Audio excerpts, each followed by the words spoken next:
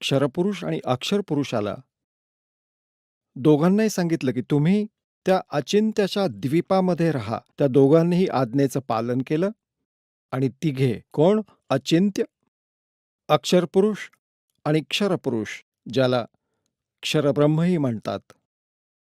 आणि इथे आपण साध्या भाषेत त्याला ब्रह्म पण म्हणू लागलो आहोत. पुढे निश्चित करूया ब्रह्म का म्हणू लागलो ते. आता हे तिघेही एका द्वीपावर राहू लागले आहेत. बाकी जे अन्य 15 जण आहेत, परमात्म्याच्या वचनातून उत्पन्न ते पुत्र, ते वेगवेगळ्या एकेकट्या बेटांवर राहिले होते. काही काळानंतर परमेश्वराने आपणा सर्व आत्म्यांना, तुम्हा सर्वांना, सर्व ब्रह्मांडात जेवढे आत्मे आहेत त्यांना आपल्या शरीरातून, आपल्या वचनातून निर्माण केलं.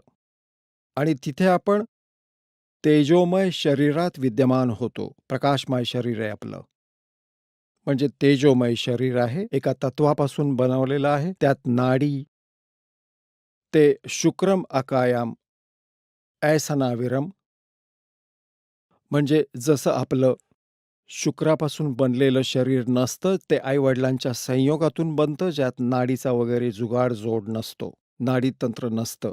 असं तसंच शरीर परमात्म्याचं असतं, साकार असतं, मनुष्य सदृश्य असतं, तेजोमय आहे. परंतु परमात्म्याचं शरीर आणि आपलं शरीर यांच्या तेजात, सामर्थ्यात, शक्तीमध्ये आणि त्याच्या तेजात, प्रकाशात फरक आहे. पूर्ण परमात्मा सत्यपुरुष म्हणजे कबीर देवजींचं जे सत्यलोकात शरीर आहे, त्यांच्या एक रोमकुपात कोटी सूर्य कोटी चंद्र यापेक्षाही जास्त प्रकाश आहे. आणि आपलं तिथं शरीर कसं होतं, जे शेष तिथे राहिले आहेत त्यांचं कसं शरीर आहे, आणि आपण जेव्हा परमात्म्याने आपल्या वचनातून उत्पन्न केलं होतं तेव्हा आपलं शरीर कसं होतं, मनुष्य सदृश्य होतं. आणि आपलं शरीर 16 सूर्य एवढं प्रकाशयुक्त होतं. आपल्या पूर्ण शरीराचं 16 सूर्या एवढं तेज होतं. इथले जे सूर्य आहेत, पण गरमी नाही होत. आम्ही सगळेजण तिथं राहू लागलो. तिथं काही अडचण नव्हती, कशाची कमतरता नव्हती. तिथे जरा आणि मरण नव्हतं.